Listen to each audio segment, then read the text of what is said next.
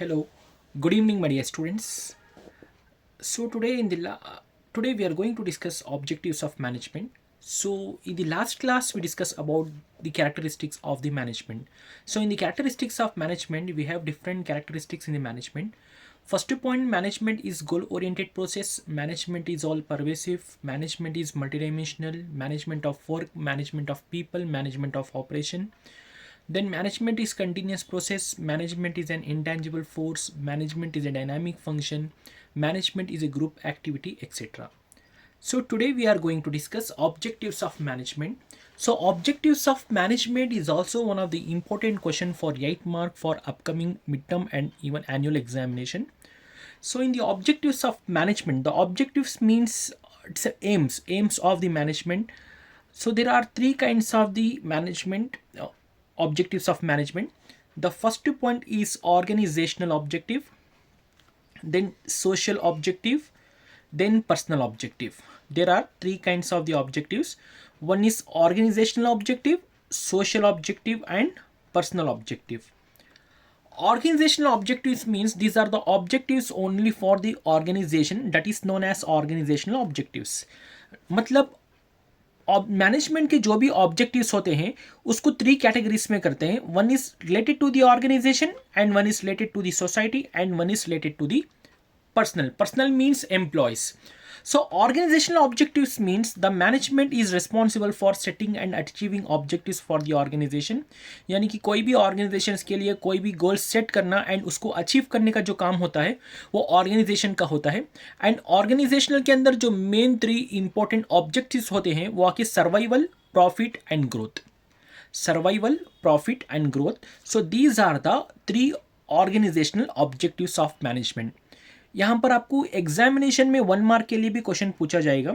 So write any one organisational objective of management, और he may ask for 2 mark also. Write any 2 organisational objectives of management, और it is for 8 mark question. Then we need to explain the full objectives of management. Okay, so in the organizational objectives of management there are 3 points. One is survival, profit and growth. कोई भी जब newly company launch होती है, कोई भी enterprises launch होता है, तो सबसे पहले वो चाहते हैं कि अपनी कंपनी किसी भी तरह मार्केट में सर्वाइव हो जाए. So every these are the main basic objective of every management. That means a survival. Survival मतलब क्या कि मार्केट के अंदर हमें किसी भी तरह जाना है, पहुंचना है और वहां पर सर्वाइव होना है. आप कोई भी बिजनेस एस्टेब्लिश करके आप 1 या 2 महीने या 1 साल में आप अपना बिजनेस वाइंड अप करेंगे तो हो सकता है कि आपका नाम गलत तरीके से भी लिया जा सकता है और आपका रेपुटेशन की बात होगी. तो सबसे पहले हमको मार्केट के अंदर सर्वाइवल होना चाहिए. Example, survival means in this survival we will not concentrate on the profit. Just किसी भी तरीके से मार्केट में जाना है और वहां पर जाके हम अपना एक पोजीशन बनाना है. That is known as survival. Okay, example, recently आप देख सकते हैं कि जियो कंपनी जो है, इससे पहले आपने मार्केट में कहीं भी नहीं सुना था जियो कंपनी. सो जियो कंपनी जो भी लॉन्च हुआ तो उससे पहले इनकी जो भी कंपनी का नाम था, यानी कि इनका जो बिजनेस का नाम था वो आके रिलायंस इंडस्ट्रीज. लेकिन मुकेश अंबानी अपना बिजनेस अलग करना चाहते थे तो इसीलिए उन्होंने अपनी न्यू कंपनी जियो लॉन्च किया. किस तरीके से लॉन्च किया? सबसे पहले इन्होंने मोबाइल नेटवर्क में एंट्री लिया. सो मोबाइल नेटवर्किंग में एंट्री लेने के बाद जो है वो वक्त पर जो है 3G इंटरनेट जो है इंडिया में चल रहा था. तो उस ज़माने पे इन्होंने 4G लॉन्च किया, वो भी unlimited internet free of cost सबको लॉन्च किया इन्होंने. यानी कि सबको भी free of cost unlimited internet use करने के लिए ऐसा प्लान स्टार्ट किया. सो प्लान स्टार्ट करने के बाद जो है हर एक लोग भी क्या करे जाना, यानी कि फ्री सिम है, अनलिमिटेड इंटरनेट है. तो उस ज़माने में 3G इंटरनेट था, वो भी 3G इंटरनेट पर GB 251 रुपीज़ था. अब अनलिमिटेड मुझे 4G मिल रहा है जिससे मैं ईजी से वीडियोस ब्राउज कर सकता हूँ. ये सोचकर हर एक कस्टमर भी जाके जियो में सब्सक्राइब करना चाहा और वहाँ पर जो है सिर्फ activation process also very easy. Aadhaar card लेके जाने के बाद 5 मिनट्स के बाद ईजी से एक्टिवेशन हो सकता था. तो इस प्रकार इन्होंने क्या किया, अपने मार्केट के अंदर फ्री इंटरनेट देके मार्केट में सर्वाइव होना चाहा. यानी कि कोई भी बिजनेस एंटरप्राइजेस जब हम स्टार्ट करते हैं तो हम प्रॉफिट के बारे में कंसंट्रेशन नहीं करना है. सबसे पहले हमारा जो मकसद होगा वो आके मार्केट में किसी भी तरह सर्वाइव होना है. ओके तो सर्वाइवल होना ये हर एक मार्केटिंग का जो मेन स्ट्रैटेजी होता है, survival, and this is a main objective of every organisation, every business organisation, that is survival. So survival means what? The management must work hard to ensure the survival of the organisation by earning sufficient revenue to cover its cost. यहाँ पर ज़्यादा profit के ऊपर focus नहीं किया जाता, सिर्फ थोड़ा सा कॉस्ट रखते हैं टू कवर इट्स, यानी कि इतना ही रेवेन्यू रखते हैं कि जो यानी कि कॉस्ट होगा उस कॉस्ट को हम कवर कर सकते हैं. So this is the first point, survival. Then come to the second objective in the organization, that is profit. हम सिर्फ मैं मार्केट में नहीं, मैं बस सर्वाइव करना चाहता हूं, मुझे प्रॉफिट नहीं चाहिए, ऐसा तो नहीं हो सकता. So profit also very very important because survival is not enough for the business. Profit is like acts as a incentive for a successful continuity of the business. Business को अगर आप सक्सेसफुली कंटिन्यूटी करना चाहते हैं, उसको आगे पहुंचाना चाहते हैं, तब वहां पर आपको प्रॉफिट होना बहुत ज़रूरी है, बिकॉज जो भी प्रॉफिट होता है नेक्स्ट आने वाले इन्वेस्टमेंट के लिए काम आएगा. So profit is also very very important. And then come to the third point, that is growth. यानी कि सर्वाइवल, देन प्रॉफिट, उसके बाद आता है ग्रोथ. यानी कि for the existence of business organisation for a long period the management must explore all its prospects of growth and development.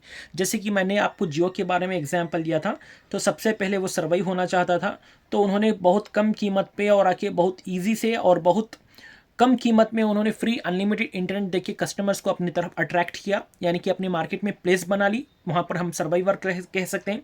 Then वहाँ पर उन्होंने एक मेंबरशिप फीस देन 299 रुपीज़ पर 90 डेज करके बोल के ऐसे प्लान से स्टार्ट किया. आज आप देख सकते हैं कि वो not only in the mobile networking, even वो यहाँ पर जियो मार्ट एंड जियो फाइबर ऐसे बहुत सारे सर्विसेस ये प्रोवाइड कर रहे हैं, बिकॉज जो भी ये पोजीशन पे है ये है कि ग्रोथ की पोजीशन पे है. ओके कोई भी आप अपनी बिजनेस, कोई भी बिजनेस स्टार्ट करना चाहते हो, जैसे कि आप कोई बिजनेस एस्टैब्लिश करना चाहते हो, तो कभी भी जो है आपको यही स्ट्रैटेजी फॉलो करना है. फर्स्ट सर्वाइवल, देन प्रॉफिट, और उसके बाद जो होता है ग्रोथ. ओके सो ये जो भी ऑब्जेक्टिव्स हमने स्टडी किया है, these are objectives that is related to the organisation. यानी कि यहाँ पर जो भी हमने ये ऑर्गेनाइजेशन पढ़ा है, यानी कि जो भी ये ऑब्जेक्टिव्स पढ़ा है, ये आके ऑर्गेनाइजेशनल के ऑब्जेक्टिव्स हैं.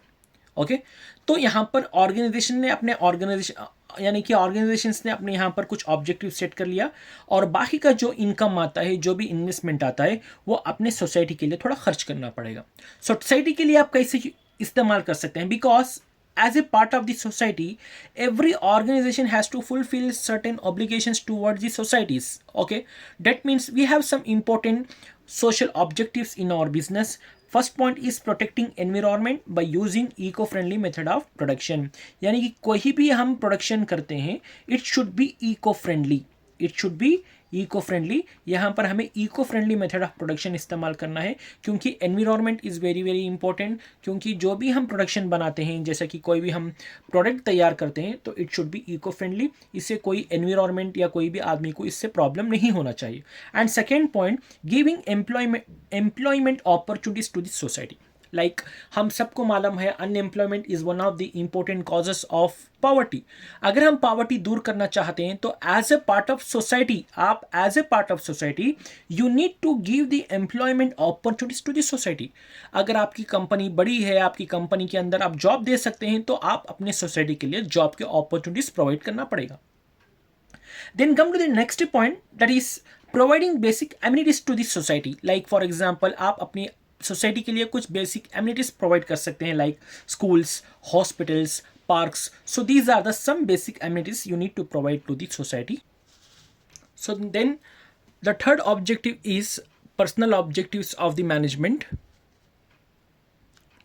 सो personal objectives of management means like organisation के लिए कुछ, अपने लिए कुछ कर लिया ऑर्गेनाइजेशन, देन कुछ सर्टेन ऑब्जेक्टिव्स सोसाइटी के लिए भी होते हैं. Then the third is personal objectives. So personal objectives means these are concern with the employees. भाई आप तो एम्प्लॉय से अर्निंग कर रहे हो, एम्प्लॉय से कमा रहे हो, employees is a part of your organisation. तो एम्प्लॉय के लिए भी कुछ आपके कंसर्न्स होना चाहिए, एंड एम्प्लॉयज के लिए भी कुछ आपके रिस्पॉन्सिबिलिटीज हैं, तो उस रिस्पॉन्सिबिलिटीज को आपको अचीव करना है. सो सम Personal objectives are like, first point, satisfying financial needs of the employees by giving them fair salary, incentives, etc. यानी कि अपने एम्प्लॉयज़ के लिए कुछ फाइनेंशियल नीड्स प्रोवाइड करो. डेट मीन्स उनके लिए अच्छी सैलरी प्रोवाइड करो, you provide some incentives and you provide some bonus amount to the employees, जिससे एम्प्लॉय खुश हो और एम्प्लॉय आपकी कंपनी छोड़कर कहीं नहीं जाना चाहिए. तो उस तरीके से आपको अपने एम्प्लॉयज़ को हैंडल करना है. And second point, satisfying social needs like by duly recognising their services. कोई भी आपका एम्प्लॉय अगर आपके लिए कुछ काम कर रहे हैं तो उसके लिए रिकॉग्नाइजिंग करना चाहिए, उसकी तारीफ करना चाहिए, उसके लिए like performer, good performer, performer of the year, performer of the month, ऐसे आप उसको अवार्ड्स भी देना चाहिए. And the next point is satisfying higher level of the needs. आप अपने एम्प्लॉयज़ को higher level of needs provide कीजिए, like creating opportunities for the personal growth, यानी कि उनके लिए पर्सनल ग्रोथ एंड उनको डेवलप करने की कोशिश कीजिए. Okay, so these are the some important personal objectives of management.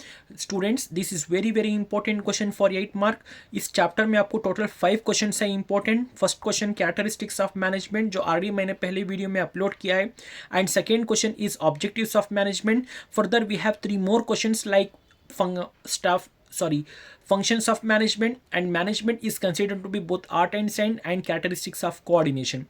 ये टोटल 5 क्वेश्चंस है. 5 क्वेश्चंस भी आपको 5 क्वेश्चंस में से आपको एनुअल एग्जाम में ये क्वेश्चन आएगा, and even for mid term also you will get 1 question, even for preparatory also you will get 1 question. Okay, for 8 mark. So this is very important. आपको इसी तरीके से मैं और भी वीडियोज़ अपलोड करूंगा.